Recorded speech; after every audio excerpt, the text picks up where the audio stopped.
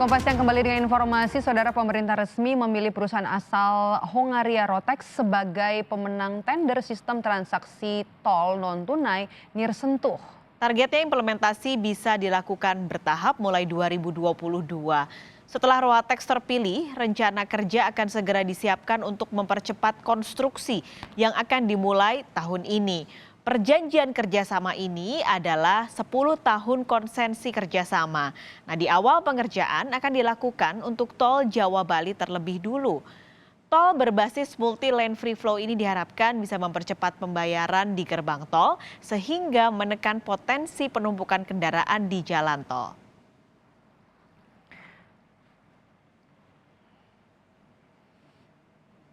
Proyek mobil listrik semakin diseriusi pemerintah. Setelah larangan ekspor nikel mentah, kini yang dikejar adalah masuknya korporasi baterai listrik dunia. Sejumlah pemanis pun ditawarkan. Pemerintah sangat percaya diri industri baterai litium atau baterai untuk kendaraan listrik di Indonesia akan segera beroperasi.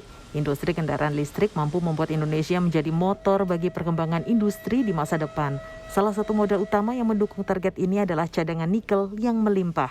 Bahkan pemerintah sudah melarang ekspor nikel mentah ke luar negeri.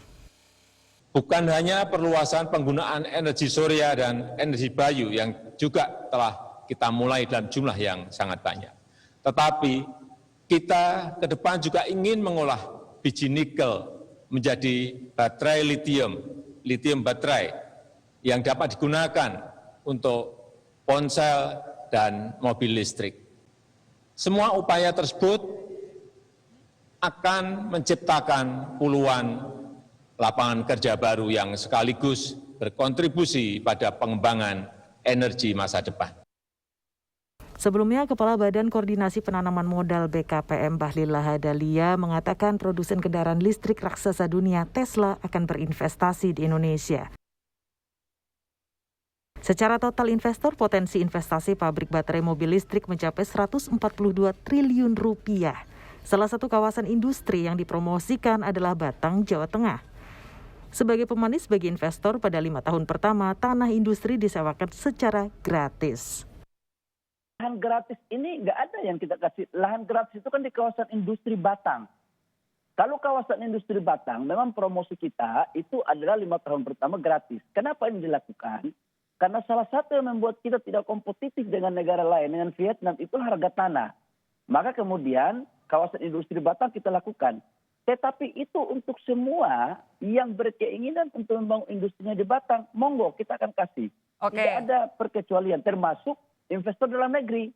Oh, jadi gratis 5 tahun, gratisnya hanya 5 tahun, ini sebagai insentif saja begitu ya? Insentif dong. Oke. Kalau semuanya gratis, bisa repot kita ini. Ini bicara bisnis, bisa cuan gitu kan. Iya. Mimpi mobil listrik selain investasi yang membuka lapangan kerja adalah membirukan langit Indonesia. Tetapi dalam proses produksinya, aspek lingkungan tetap harus dihitung. Hampir seluruh investasi di ekstraktif kita memang bermasalah dengan lingkungan.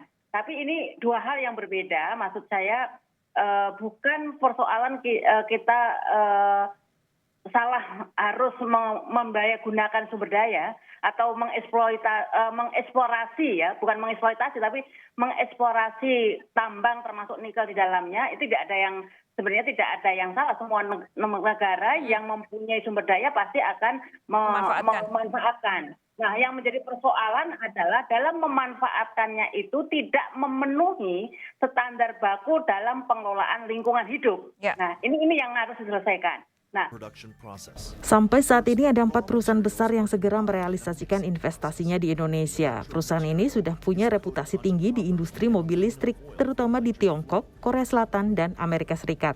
Tim Liputan, Kompas TV, Jakarta.